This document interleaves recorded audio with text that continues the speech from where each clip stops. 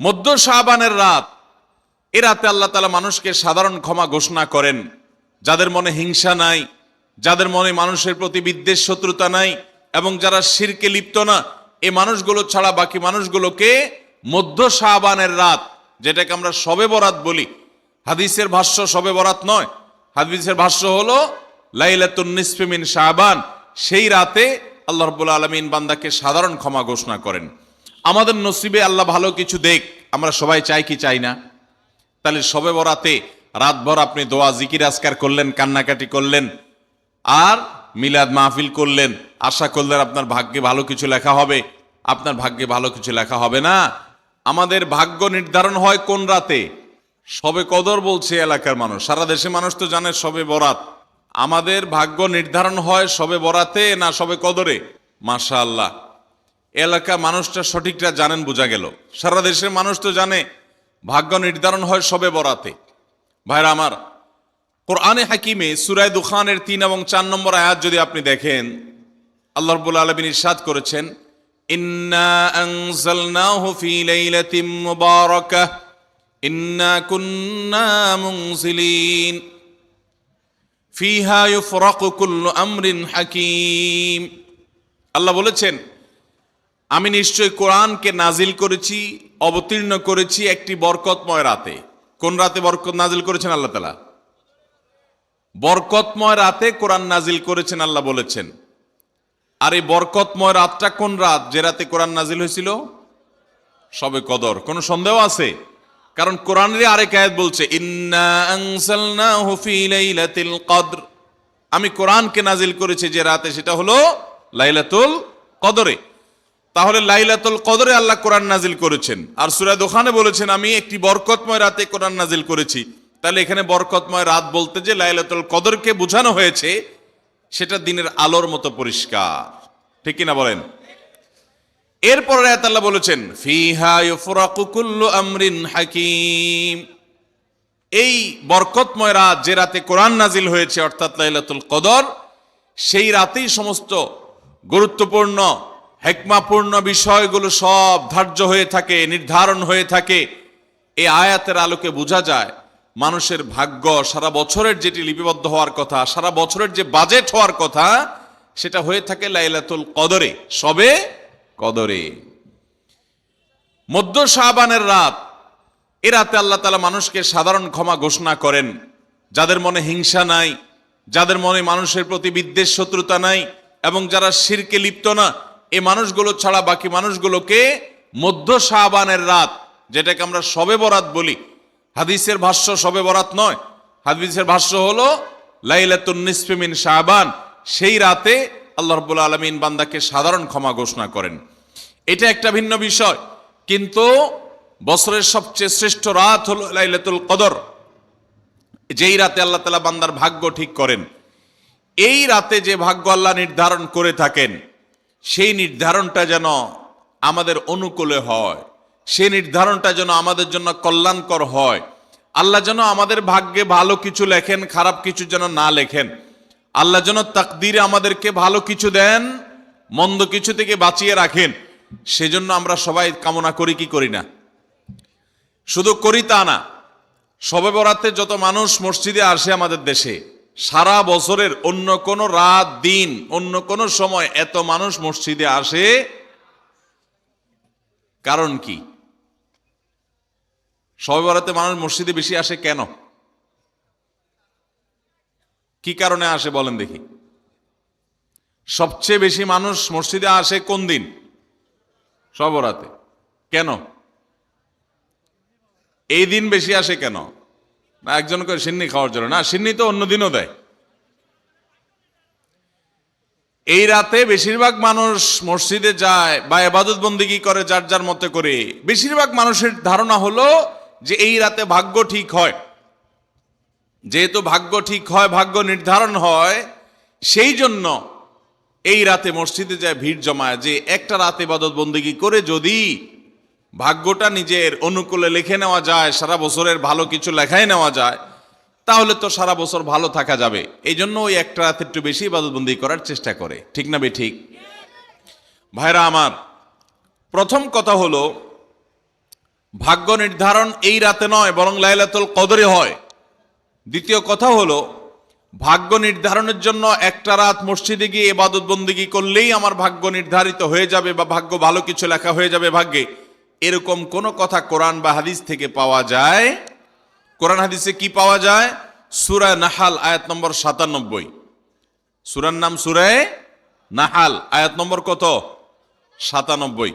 আল্লাহ রাব্বুল আলামিন ইরশাদ করেছেন, মান আমিলা সালিহাম মিনকুম মান আমিলা সালিহাম মিন যাকারিন আও উনসা ওয়া হুয়া মুমিন। পুরুষ হোক আর নারী হোক, যে কোনো ব্যক্তি যদি ঈমানদার অবস্থায় ভালো কাজ করে, পুরুষ হোক কিংবা মহিলা, যে কেউ যদি ভালো কাজ খুঁটে খুঁটে খুঁটে নেক আমল করে, ভালো ভালো নেক কাজ, কোরআন হাদিসে নির্দেশিত কাজ, আল্লাহ যা করতে বলেছেন, রাসূল সাল্লাল্লাহু আলাইহি ওয়াসাল্লাম যা করতে বলেছেন, যদি সে কাজগুলো করে, এমত অবস্থায় করে যে সে ঈমানদার, অর্থাৎ ঈমান থাকতে হবে, ঈমান আছে এই অবস্থায় যদি নেক আমল করে, তাহলে কি হবে? আল্লাহ বলেছেন, ফালানুহাইয়ান্নাহু হায়াতান তাইয়্যিবাহ, তাহলে সেই পুরুষ সে নারীকে আমি পবিত্র জীবন দান করব। কি জীবন দান করবেন বলছেন আল্লাহ? পবিত্র জীবন দান করবেন। এই পবিত্র জীবনে মানুষ সুখী থাকবে, এই পবিত্র জীবনে মানুষ সমৃদ্ধ থাকবে, এই পবিত্র জীবনে মানুষ ভালো থাকবে, নেক থাকবে। ওয়ালানাজজিয়ান্নাহুম আজরাহুম বিআহসানি মা কানু ইয়ামালুন। এবং এই ইমানদার নারী পুরুষরা যদি নেক আমল করে, ভালো কাজ করে যদি সব সময়, তাহলে সেক্ষেত্রে আল্লাহ বলেছেন তারা যে ভালো কাজ করেছে ওইটার সবচেয়ে উত্তম বিনিময় আমি তাদেরকে দান করব। তাহলে এই আয়াত থেকে প্রমাণ হয়, যদি কেউ ঈমান আনার পর নেকামল করতে থাকে, নেকামল করতে থাকে, একদিনের নেকামল নয়, এক রাতের নেকামল নয়, সারা বছর জুড়ে সারা জীবন ধরে ভালো কাজ করার চেষ্টা যদি কেউ করে, আল্লাহ তাআলা তাকে পবিত্র জীবন দিবেন, সৌভাগ্যবান মানুষের জীবন দিবেন, সুখী মানুষের জীবন দিবেন। এখান থেকে বোঝা যায় কি, ভাগ্য নির্ধারণের জন্য এক রাত আমল করতে হবে নাকি সারা বছর? সূরা আরাফ আয়াত নম্বর 96। সূরা আরাফ আয়াত নম্বর কত?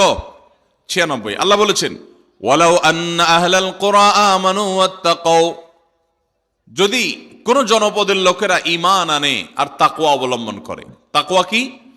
তাকওয়া হলো আল্লাহর ভয়ে সে আল্লাহর নির্দেশগুলো মানে আর হারামগুলো বর্জন করে। এরকম যদি কেউ করে, লাফাতাহনা আলাইহিম বারাকাতিম মিনাস সামাই ওয়াল আরদ, আল্লাহ বলেছেন তাহলে ওই ব্যক্তিকে আসমান এবং জমিন থেকে সমস্ত বরকত সমূহের দুয়ার সবগুলো তার জন্য খুলে দেওয়া হবে। তাহলে বোঝা গেল মানুষের জীবনে বরকত নাজিল হবে, মানুষ সুখে থাকবে, ভালো কিছু তার তাকদিরে লেখা হবে।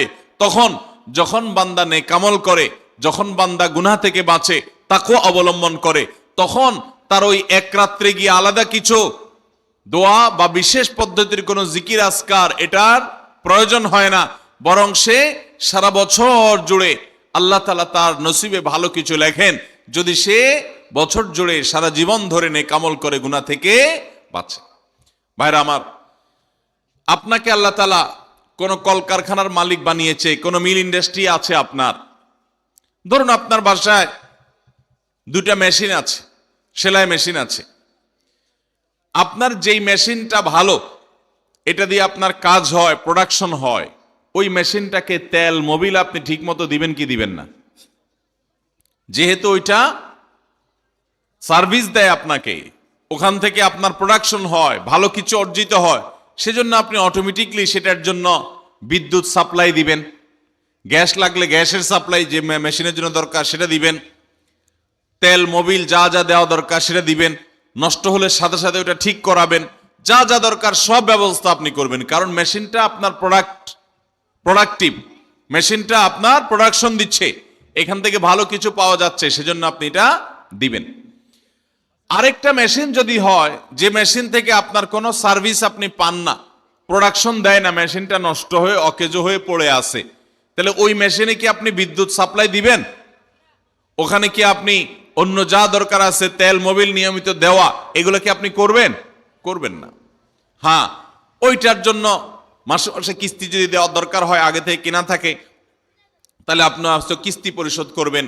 অন্য কিছু আগে থেকে করা দরকার আছে সেটা আপনি করবেন।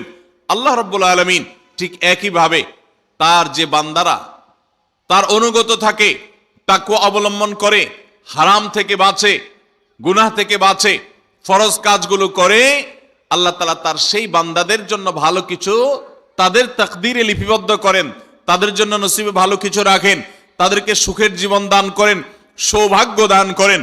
আল্লাহ তাআলা প্রকৃত প্রশান্তি মনের সেটা দান করেন আল্লাহর ইমানদার এবং নেককার বান্দাদেরকে, আমলে সালেহ কর্মওয়ালা বান্দাদেরকে, মুত্তাকি পরহেজগার বান্দাদেরকে। আর যারা আল্লাহর এই আনুগত্য করে না, যারা আল্লাহ রাব্বুল আলামিনের প্রতি ঈমান আনে না, যারা নেক আমল করে না, যারা তাকওয়া অবলম্বন করে না, এই মানুষগুলো তাদেরকে আল্লাহ তাআলা ওই দুনিয়াতে বেঁচে থাকার জন্য, দুনিয়া সিজনুল মুমিন ওয়া জান্নাতুল কাফির হাদিসে আসছে, দুনিয়া হলো ইমানদারের জন্য জেলখানা আর কাফিরের জন্য, ইমানদারের জন্য হলো জেলখানা আর কাফিরের জন্য জান্নাতের মতো যা খুশি করতে পারে। আল্লাহ তাআলা তাকে কিছু রিজিক দিয়ে বাঁচায় রাখেন, কিন্তু এই রিজিকের কোনো মূল্য আল্লাহর কাছে নাই।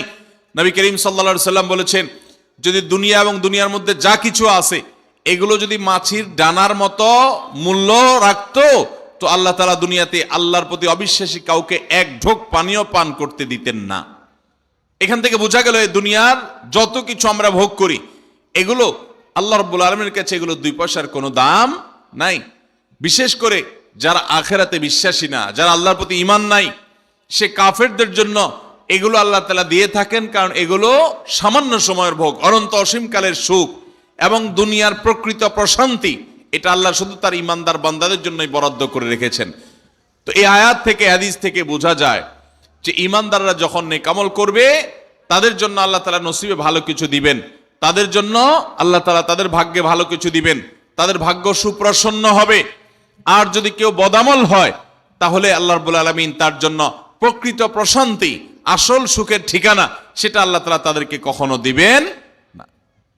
মুহতারাম হাজরিন, অতএব আমরা যদি চাই আমাদের ভাগ্যে ভালো কিছু লেখা হোক, তাহলে প্রথম কাজ করতে হবে, আমাদেরকে নেক আমল করতে হবে। ঈমান আনার পর কি করতে হবে? নেক আমল করতে হবে। আল্লাহ আমাদের সবাইকে সে তৌফিক দান করুন।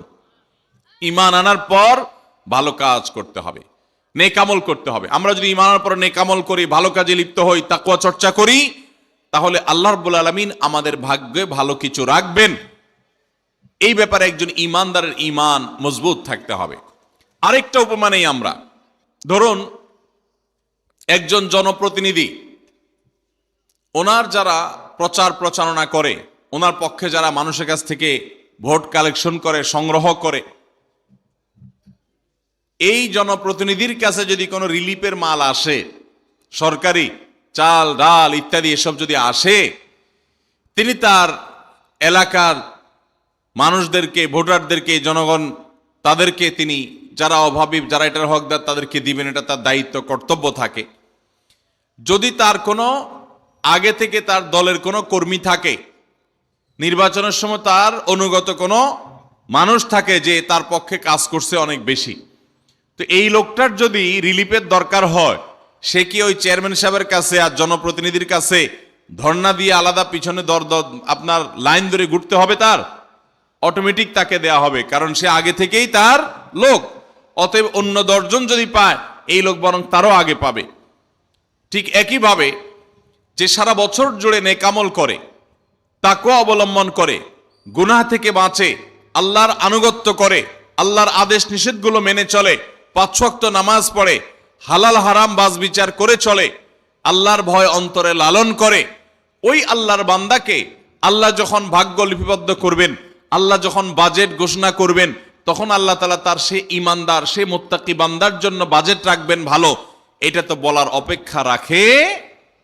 অতএব ভাগ্য সুপ্রসন্ন হওয়ার জন্য, ভাগ্যে ভালো কিছু লেখা হওয়ার জন্য এক রাতের ইবাদত নয়, এই সমস্ত আয়াত হাদিস উপমা থেকে আমরা বুঝাবার চেষ্টা করছি যে আমাদেরকে করতে হবে সারা বছর জুড়ে ভালো কাজের চর্চা, নেক আমলের চর্চা। তাহলে আমরা নেক আমলের মাধ্যমে আল্লাহ রাব্বুল আলামিনের কাছ থেকে ভালো কিছুর ফয়সালা পাবো ইনশাআল্লাহ। মুহতারাম হাজরিন, আমরা অনেকে দোয়ার জন্য অনেক অস্থির হই, পেরেশান হই যে অমুক হুজুর যেন আমার জন্য একটু দোয়া করে দেন, ইমাম সাহেব আমার জন্য একটু দোয়া করে দেন। বড় কোনো আলেম পাইলে আমরা দোয়ার জন্য অনেক চেষ্টা করি যে ভাই আপনি একটু আমার জন্য দোয়া করে দেন। এটা ভালো, এটা খারাপ কিছু না। আমরা যারা এক রাতে আমল ইবাদত করে আমাদের ভাগ্যের ভালো কিছু লেখানোর জন্য চেষ্টা করি, আমি সেই ভাইদেরকে বলতে চাই, সারা দুনিয়ার সমস্ত ভালো মানুষ, সকল নেক মানুষ, এমনকি মক্কা মদিনার ইমাম সাহেবরা, হারামাইনের ইমাম খতিবগণ, সারা দুনিয়ার সকল আল্লাহওয়ালা নেককার এবং ভালো মানুষ যারা আছেন, আব্দে সালেহ যারা আছেন, আল্লাহর ওলি যারা আছেন, তাদের সবার দোয়া আমরা পাইতে চাই। একটা সহজ উপায় আছে, সেটা কি? এই এতক্ষণ যেটা বললাম, অর্থাৎ আপনি যদি নিজেকে ভালো মানুষ হিসাবে গড়ে তোলার জন্য চেষ্টা করেন, আপনি 5 ওয়াক্ত নামাজ পড়বেন, আল্লাহর হুকুম মতো চলবেন, আপনি হারাম থেকে বাঁচার জন্য সংগ্রাম যুদ্ধ চালাবেন, আপনি হক হালালি চলার চেষ্টা করবেন, আপনি তাকওয়ার উপরে চলার চেষ্টা করবেন। যদি আপনি এটা করেন, তাহলে অটোমেটিকলি সারা দুনিয়ার সমস্ত নেককার মানুষদের দোয়া একবার না, বারবার বারবার হাজার হাজার লক্ষ লক্ষ বার আপনি পেতে থাকবেন। কিভাবে? আমরা নামাজের মধ্যে আত্তাহিয়াতু পড়ি কি পড়ি না? এই আত্তাহিয়াতুর মধ্যে একটা কথা আছে, আসসালামু আলাইনা ওয়া আলা ইবাদিল্লাহিস সালিহিন। এর অর্থ কি?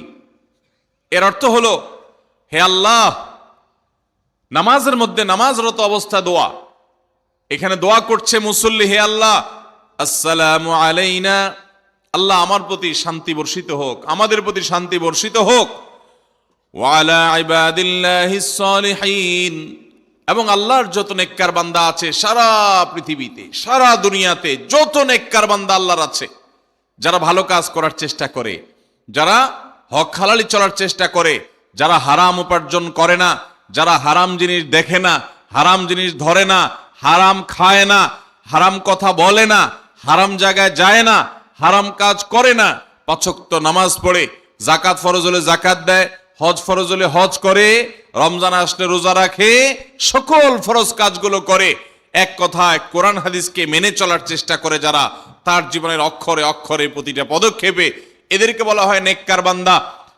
নামাজে আত্তাহিয়াতে প্রত্যেকটা মুসল্লি সারা পৃথিবীর সমস্ত প্রান্ত থেকে আল্লাহর কাছে দোয়া করে, আসসালামু আলাইনা ওয়া আলা ইবাদিল্লাহিস সালিহিন, আল্লাহ আমাদের প্রতি তো শান্তি বর্ষিত করবেনই, সেই সাথে আপনার নেককার বান্দা যারা আছেন, যা সারা দুনিয়াতে, এই সকল নেককার বান্দাদের প্রতি আপনি শান্তি বর্ষিত করেন। এই দোয়া প্রত্যেকটা মানুষ নামাজের মধ্যে করে কি করে না? তাহলে আপনি যদি নিজেকে নেককার বান্দা হিসাবে শামিল করতে পারেন, আপনি যদি নিজেকে আল্লাহর হুকুম এবং আল্লাহর আনুগত্য কর্ণওয়ালা মানুষ হিসাবে গড়ে তুলতে পারেন, তাহলে অটোমেটিকলি আপনি সারা দুনিয়ার সমস্ত নেককার মানুষদের দোয়া পেয়ে যাবেন। আল্লাহ আমাদের সবাইকে সে তৌফিক দান করুন। ভাইরা আমার, নেককারদের জন্য অটোমেটিকলি দোয়া হয়। শুধুমাত্র আল্লাহর নেককার বান্দা মানুষরা না, ফেরেশতারা দোয়া করে। আল্লাহর সকল নেককার মানুষদের দোয়া আমরা অটোমেটিক পাবো। তাহলে আমাদের ভাগ্যে যেন ভালো কিছু লেখা হয়, তার জন্য আমাদের যে আমলটা করতে হবে তা হলো আমলে সালেহ। সারা বছর জুড়ে, সারা জীবন জুড়ে আমাদেরকে খুঁটে খুঁটে খুঁটে কোনটা কোনটা ভালো কাজ সেগুলো করার চেষ্টা করতে হবে, কোনটা কোনটা খারাপ কাজ, গুনাহের কাজ, সেগুলো থেকে বাঁচার চেষ্টা করতে হবে। তাহলে আমাদের ভাগ্যে ভালো কিছু লেখা হবে ইনশাআল্লাহ। তাহলে এইটা একটা আমল পেয়ে গেলাম, যেটার মাধ্যমে আমাদের ভাগ্যে ভালো কিছু লেখা হবে। আমলটা হলো কি? সারা বছর জুড়ে, সারা জীবন জুড়ে আমাদেরকে খুঁটে খুঁটে আল্লাহর হুকুম কোনটা সেটা মানতে হবে, আল্লাহ কোনটা নিষেধ করেছেন সেটা থেকে বেঁচে থাকতে হবে। এই কাজ যদি অব্যাহত রাখি, আমাদের নসিবে ভালো কিছু এমনিই হবে ইনশাআল্লাহ। নাম্বার 2, সহিহ বুখারীর একটি হাদিস থেকে আমরা আমাদের নসিবে ভালো কিছু আল্লাহ তাআলা লিপিবদ্ধ করবেন এরকম একটি আমলের কথা আমরা জানি। সকল সাধারণ নেক আমলের মধ্যে সেটা শামিল আছে, এটাকে আলাদা করে নবী সাল্লাল্লাহু আলাইহি সাল্লাম বলেছেন। সেটা কি? তিনি বলেছেন, মান সাররাহু আন ইউবসাতা লাহু ফি রিজকিহি আও ইউনসা লাহু ফি আথারিহি ফালইয়াসিল রাহিমাহু লাহু আন ইউবসাতা লাহু ফি রিজকিহি আও ইউনসা লাহু ফি আথারিহি। যে ব্যক্তি চায় যে ব্যক্তি চায় তার রিজিককে প্রশস্ত করে দেওয়া হোক, তার রিজিকে বারাকা দেওয়া হোক এবং তার হায়াত বৃদ্ধি করে দেওয়া হোক, এটা যে চায়, ফালিয়াসিল রাহিমা, সে যেন তার রক্ত সম্পর্কীয় আত্মীয়দের সাথে সুসম্পর্ক বজায় রাখে, সে যেন তার রক্ত সম্পর্কীয় আত্মীয়দের সাথে সম্পর্ক সবসময় জুড়ে রাখে, সম্পর্ক যেন ভালো রাখে, তাদের সাথে সম্পর্ক যেন ছিন্ন না করে। তাহলে সেক্ষেত্রে তার হায়াত এবং তার রিজিকের মধ্যে বরকত দেয়া হবে, কল্যাণ দেয়া হবে, লিপিবদ্ধ করা হবে, এই ফয়সালা তার জন্য করা হবে। এই হাদিস থেকে বোঝা যায় যে আমাদের হায়াত, আমাদের রিজিকের মধ্যে বরকত হবে, কল্যাণ হবে, ভাগ্যে নসিবে ভালো কিছু আল্লাহ তাআলা দিবেন যদি আমরা রক্ত সম্পর্কীয় আত্মীয়দের সাথে সুসম্পর্ক বজায় রাখি। আজকাল আমাদের সমাজে অনেক মানুষ আছেন যে নামাজ রোজা করেন, ওয়াজ মাহফিলে যান, কোরআন তেলাওয়াত করেন, জিকির আজকার তাসবিহ তেলাওয়াত করেন, কিন্তু নিজের রক্ত সম্পর্কে আত্মীয়দের সাথে সম্পর্ক ভালো নাই। আছে না নাই? আপনার আত্মীয় যদি নিজে থেকে সম্পর্ক ছিন্ন করে চলে যায় তাহলে তো আর আপনার দোষ নাই, কিন্তু আপনি নিজে থেকে কখনো আপনার রক্তের যে আত্মীয়, যাদের সাথে রক্তের সম্পর্ক আছে, এরকম কারোর সাথে সম্পর্ক ছিন্ন করতে পারবেন না, এটা হারাম। নবী করিম সাল্লাল্লাহু আলাইহি সাল্লাম বলেছেন, মান ওয়াসালাহু ওয়াসালাহুল্লাহ ওয়ামান কাতাআ কাতাআহুল্লাহ, যে ব্যক্তি আত্মীয়তার সম্পর্ককে রক্ষা করবে আল্লাহ তাআলা তাকে রক্ষা করবেন, যে আত্মীয়তার সম্পর্ক ছিন্ন করবে, তাকে ত্যাগ করবে, আল্লাহ তাআলা ওই ব্যক্তিকে ছিন্ন করবেন। এই জন্য আত্মীয়তার সম্পর্ক রক্ষা করা এটা আমাদের ভাগ্য সুপ্রসন্ন হওয়ার অন্যতম মাধ্যম। আত্মীয়তার সম্পর্ক রক্ষা করা বলতে কাদের সাথে সম্পর্ক বজায় রাখতে হবে? যাদের সাথে রক্তের সম্পর্ক আছে আপনার। তারা কারা?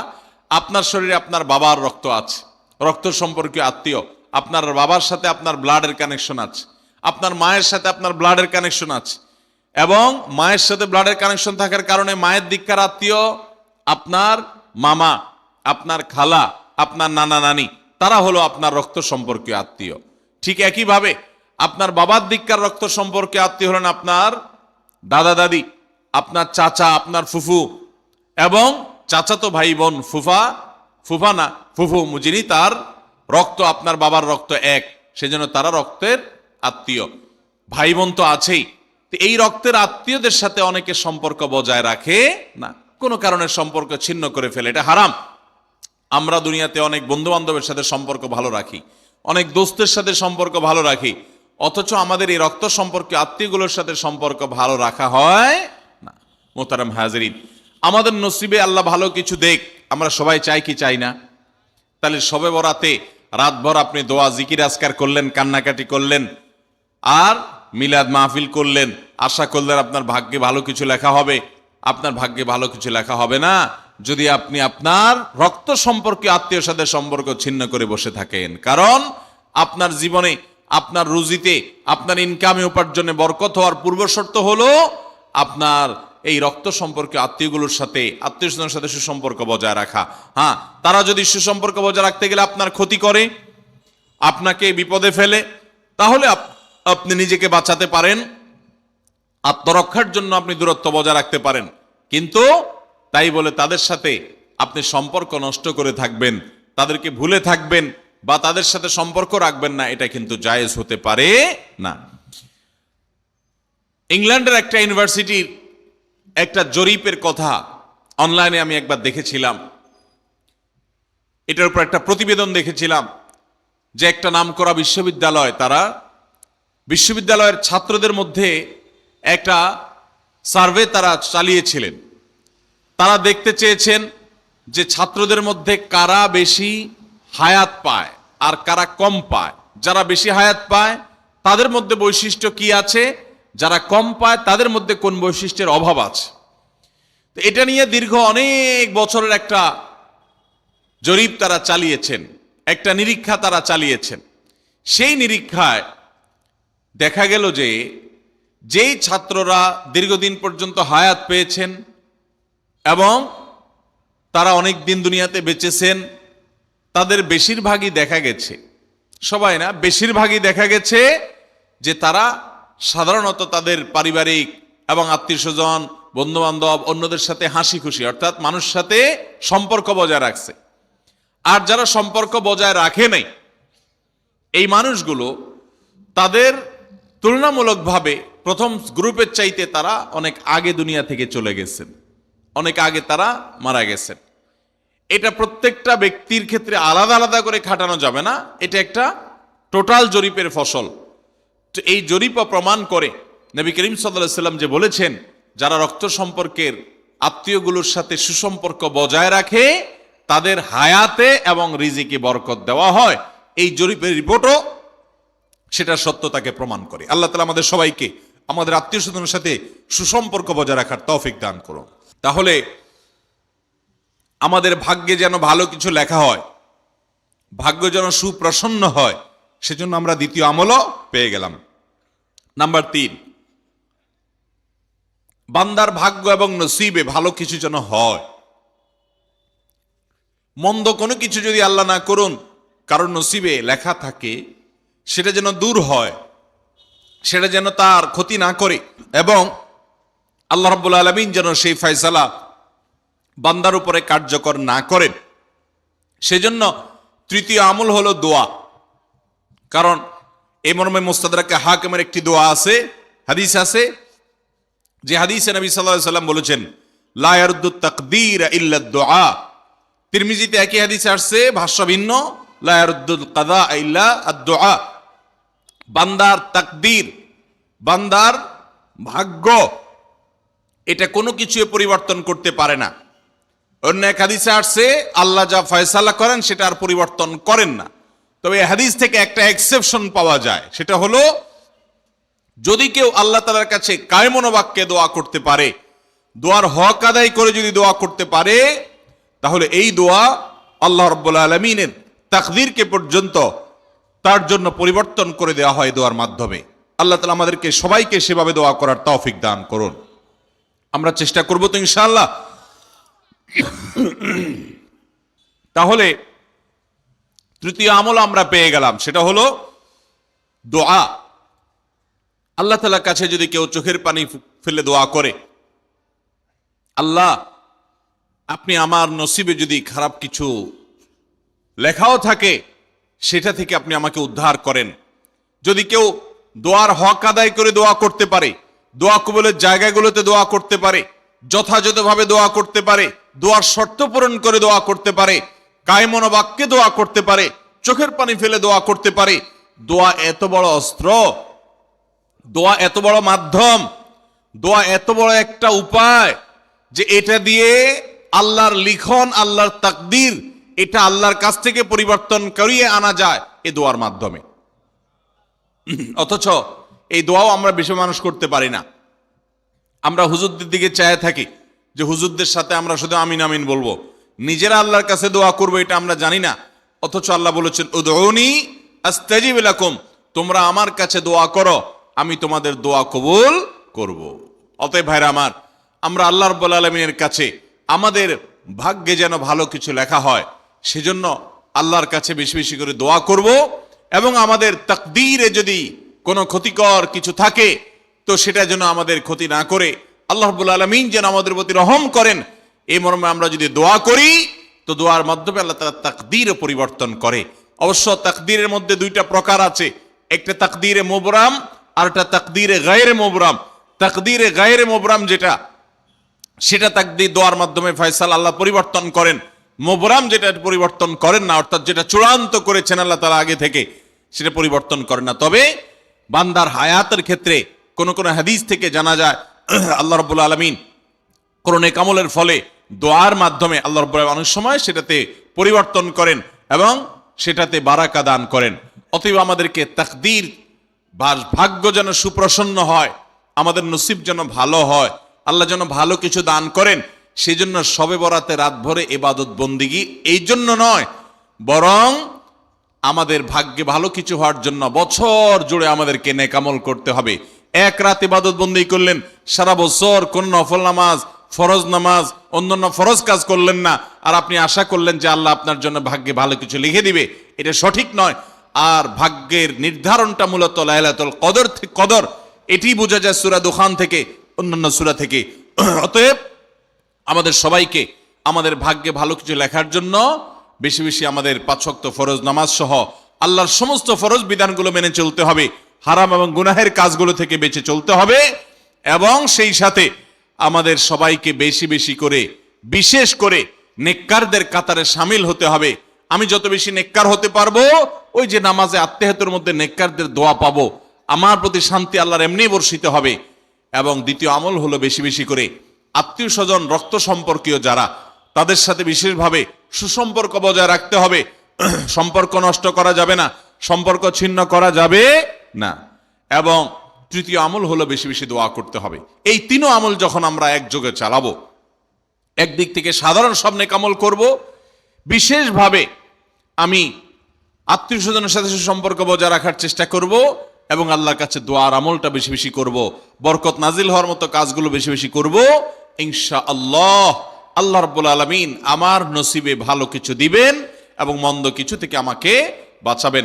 নবী করিম সাল্লাল্লাহু আলাইহি সাল্লাম আল্লাহর কাছে দোয়া শিক্ষা দিয়েছেন, আল্লাহুম্মা ইন্নী আউযু বিকা মিন দারকিল বালা, আল্লাহুম্মা ইন্নী আউযু বিকা মিন সুইল কাদা। আল্লাহ, আপনার কাছে আমার ভাগ্যের ক্ষতি থেকে আমি আপনার কাছে পানা চাই। অর্থাৎ আমার তাকদীরে কাজার মধ্যে যদি কোনো ক্ষতিকর কিছু আপনি লিখে থাকেন, তাহলে সেই সুউল কাজা, এটা থেকে আমি আপনার কাছে পানা চাই। অতএব এই মর্মে আল্লাহর কাছে যত বেশি আমরা দোয়া করব, আল্লাহ রাব্বুল আলামিন আমাদেরকে তত বেশি হেফাজত করবেন। আল্লাহ তাআলা আমাদের নসিবে দুনিয়া এবং আখিরাতে, ইহকালে এবং পরকালে ভালো কিছু লেখেন। আমাদের নসিবে যেন ভালো কিছু হয়, সেই তৌফিক আল্লাহ তাআলা আমাদেরকে দান করেন। শবে বরাতের কোনো আমল আছে কিনা, শবে বরাতের রোজা ও নামাজের নিয়ম কি? সবচেয়ে বহুল জিজ্ঞাসিত প্রশ্ন এখনকার।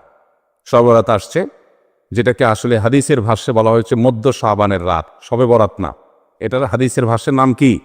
মধ্য শাবানের রাত। এই মধ্য শাবানের রাত বা মধ্য শাবানের রজনী, এই রাতে যেটাকে আমরা শবে বরাত বলি, এই রাতের নামাজের নিয়ম কি? কয় রাকাত পড়তে হবে, কোন রাকাতে কোন সূরা কতবার পড়তে হবে, এটা বহুল জিজ্ঞাসিত একটা প্রশ্ন। এবং এ ব্যাপারে আমরা অনেকে জানি যে শবে বরাতের নামাজে এত রাকাত পড়তে হবে, সেখানে সূরা কুল হুয়াল্লাহু ইখলাস এতবার পড়তে হবে, ইত্যাদি ইত্যাদি।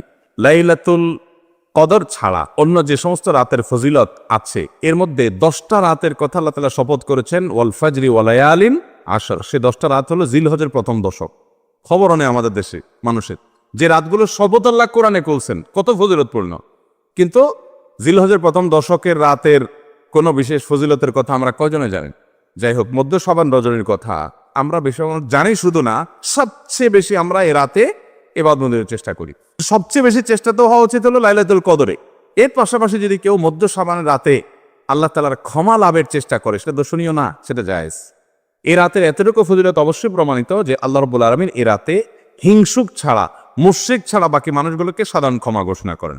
অতএব এ রাতের একেবারে কোনোই ফজিলত নেই, ব্যাপারটা সেরকম না। বিভিন্ন হাদিসের আলোকে এটুকু অন্তত সাব্যস্ত হয় যে আল্লাহ তাআলা হিংসুক এবং আপনার মুশরিক ছাড়া, মানুষের পিছিয়ে লাগে শত্রুতা, এই মানুষরা বাকি মানুষকে মাফ করে। তাহলে মধ্য শাবানের রাত বা যেটাকে শবে বরাত বলছি আমরা, এই রাতের মূল আমলই হলো, এটাকে কেন্দ্র করে মূল আমলই হলো নিজেকে শিরক এবং হিংসা থেকে পরিচ্ছন্ন করা, সাধারণ ক্ষমার উপযুক্ত করা। এটা হলো মূল আমল, বাস।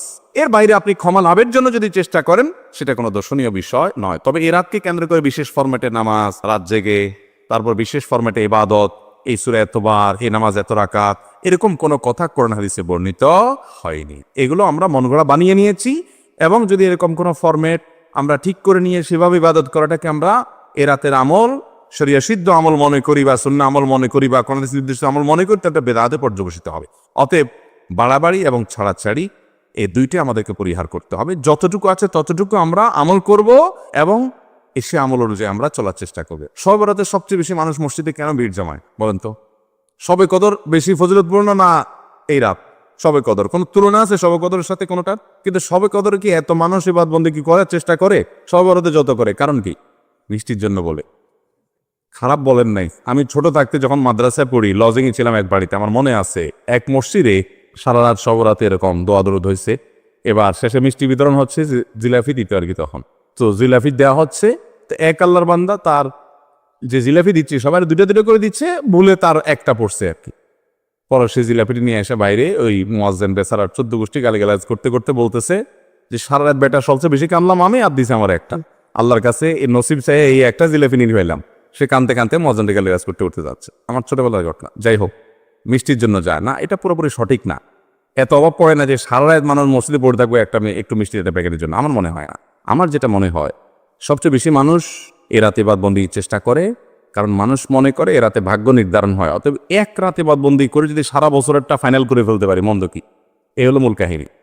আল্লাহ তাআলা আমাদেরকে বিশুদ্ধ পদ্ধতিতে ইবাদতবন্দি করার তৌফিক দান করুন। তাহলে ভাইরা আমার, মধ্য শাবানের রজনীতে আমরা আল্লাহ তাআলার কাছে ক্ষমার উপযুক্ত হওয়ার জন্য, হিংসা শিরক থেকে মুক্ত হওয়ার চেষ্টা করব, ক্ষমা পাওয়ার জন্য প্রচেষ্টা আমাদের থাকবে। কিন্তু ওই যে বেদাতি পন্থা, বিশেষ ফরমে ঠিক করে ইবাদত, নামাজ, হালুয়া রুটি খায় মানুষ। হালুয়া রুটি কেন খায়? কেন খায় হালুয়া রুটি ভাই? সারা দেশে অনেক জায়গায় এখনো এটা হালুয়া রুটি ওই দিন বানাবে মানুষ। হালুয়া রুটিটা কেন হয় বলেন তো?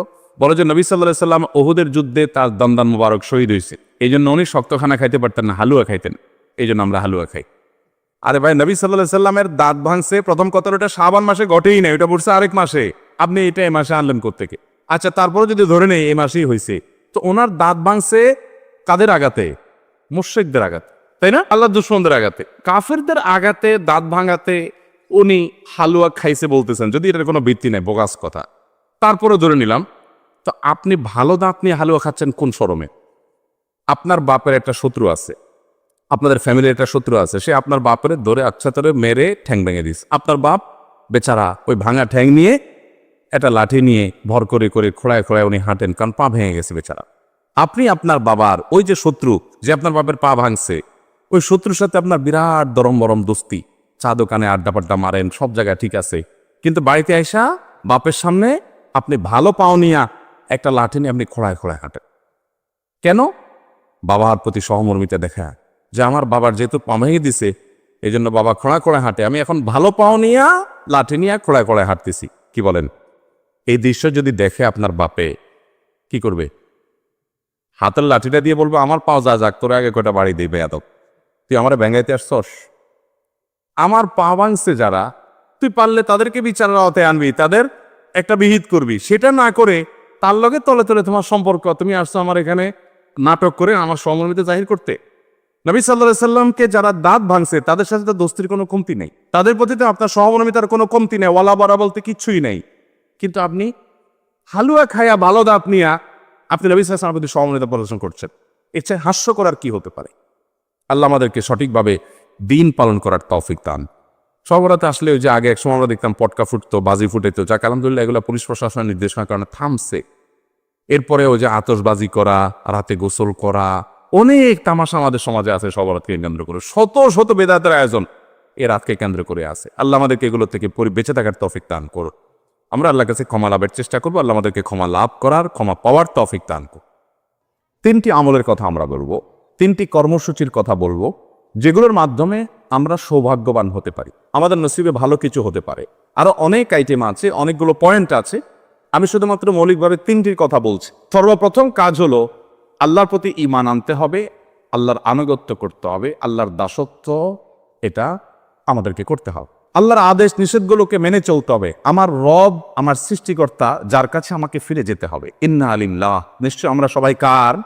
আল্লাহ। ওয়া ইন্না ইলাইহি, এবং আমাদের সবাইকে যেতে হবে আবার কার কাছে? আল্লাহর কাছে আবার যেতে হবে, তার সামনে দাঁড়াতে হবে। সেজন্য আমার রবের নির্দেশের বাইরে আমি চলবো না, তার নিষেধাজ্ঞাকে আমি লঙ্ঘন করব না।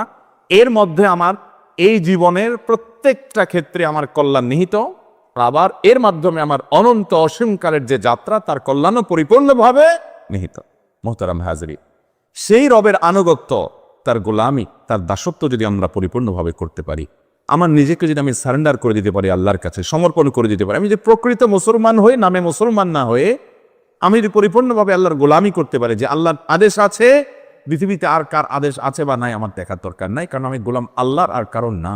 আমি বলেছি আশহাদু আল্লা ইলাহা ইল্লাল্লাহ, আল্লাহ ছাড়া সত্যিকারের মাবুদ আর কেউ নাই, হতে পারে না। অতএব নির্দেশ আমি যদি তার পাই, তাহলে আর কারো নির্দেশ আছে কি নাই সেটা আমার দেখার কোনো প্রয়োজন। এটাই হলো ইমানের দাবি। আল্লাহ যদি কোনো বিষয় নিষেধ করেন, তাহলে সেই নিষেধাজ্ঞা আমি লঙ্ঘন করব না। তাতে কে খুশি হবে, কে নাখুশ হবে, কোনটা আমার টিকবে কোনটা টিকবে না, সেটাও আমার দেখার দরকার না। এটা হলো আপনার ইমানের দাবি। আর যদি বলেন না, এক্ষেত্রে আমি কম্প্রোমাইজ করব, নানান দিক বিবেচনা করব, নানান মানসিকতা শুনবো, নানান দিক চলে দেখে তারপর ডিসিশন নিব, তাহলে আপনি নামে মুসলমান হতে পারেন, আপনি প্রকৃত অর্থে মুসলমান হতে পারেন। মুসলমান মানেই হলো আত্মসমর্পণকারী আল্লাহ রাব্বুল আলামিনের কাছে। মোহতারাম হাজিরি, অতএব আমাদের ভাগ্য সুপ্রসন্ন হবে, আমাদের ভাগ্যে ভালো কিছু লেখা হবে যদি আমরা আল্লাহ রাব্বুল আলামিনের আনুগত্য সঠিকভাবে যথাযথভাবে করতে পারি। যে যত বেশি করতে পারবো তার নসিব তত ভালো হবে দুনিয়াতে এবং আখিরাত। ভাগ্যে ভালো কিছু থাকা, এটার মিনিংটা আমরা অনেকে বুঝতে ভুল করি। আমরা মনে করি অনেক টাকা পয়সার মালিক হয়ে গেলে, অনেক ব্যাংক ব্যালেন্স হয়ে গেলে, অনেক জমি জমা হয়ে গেলে আমার ভাগ্য ভালো। আর জমি জমা হয় নাই, ব্যাংক ব্যালেন্স হয় নাই, টাকা পয়সা হয় নাই, সহায় সম্পদ বেশি হয় নাই, তার মানে আমার ভাগ্য খারাপ। ভাগ্য ভালো এবং মন্দকে এইভাবে যারা সংজ্ঞায়িত করেন তারা স্পষ্টত ভুলের মধ্যে আছে। বহু মানুষ সম্পদের মালিক হয়েছেন, বহু মানুষ বড় বড় চেয়ারের অধিকারী রয়েছেন, বহু মানুষ অনেক সম্মানজনক জায়গায় গিয়েছেন, কিন্তু তিনি সুখে নাই, শান্তিতে নাই, দুঃখে আছেন, পেরেশানিতে আছে না। এরকম দৃষ্টান্ত কি বুড়ি বুড়ি আছে না নাই? আবার সহায় সম্পদ অনেক বেশি নাই, অনেক বড় চেয়ারেও নাই, কিন্তু খুব হ্যাপি, খুব সুখী, খুব সমৃদ্ধ, খুব শান্তিতে আছে, নির্মল হাসি হাসতে পারে, কোন টেনশন নাই তার মধ্যে, কোনো ডিপ্রেশন নাই। এরকম মানুষও বহু আছে না নাই? সুখ এবং শান্তি এক জিনিস, আর সুখ শান্তির উপকরণ আরেক জিনিস। অনেকে সুখ শান্তির উপকরণ নিয়ে বসে থাকে কিন্তু সুখে শান্তিতে নাই। একজনকে দেখা যায় ব্যাংকের ক্যাশিয়ার মানুষ, সারাদিন টাকা গনে, বান্ডিল বান্ডিল, হাজার হাজার, লক্ষ লক্ষ, কোটি কোটি। সাদা চোখে দেখলে মনে হবে এত টাকা যে সারাদিন ঘাটে, এর চাইতে সুখে কে আছে?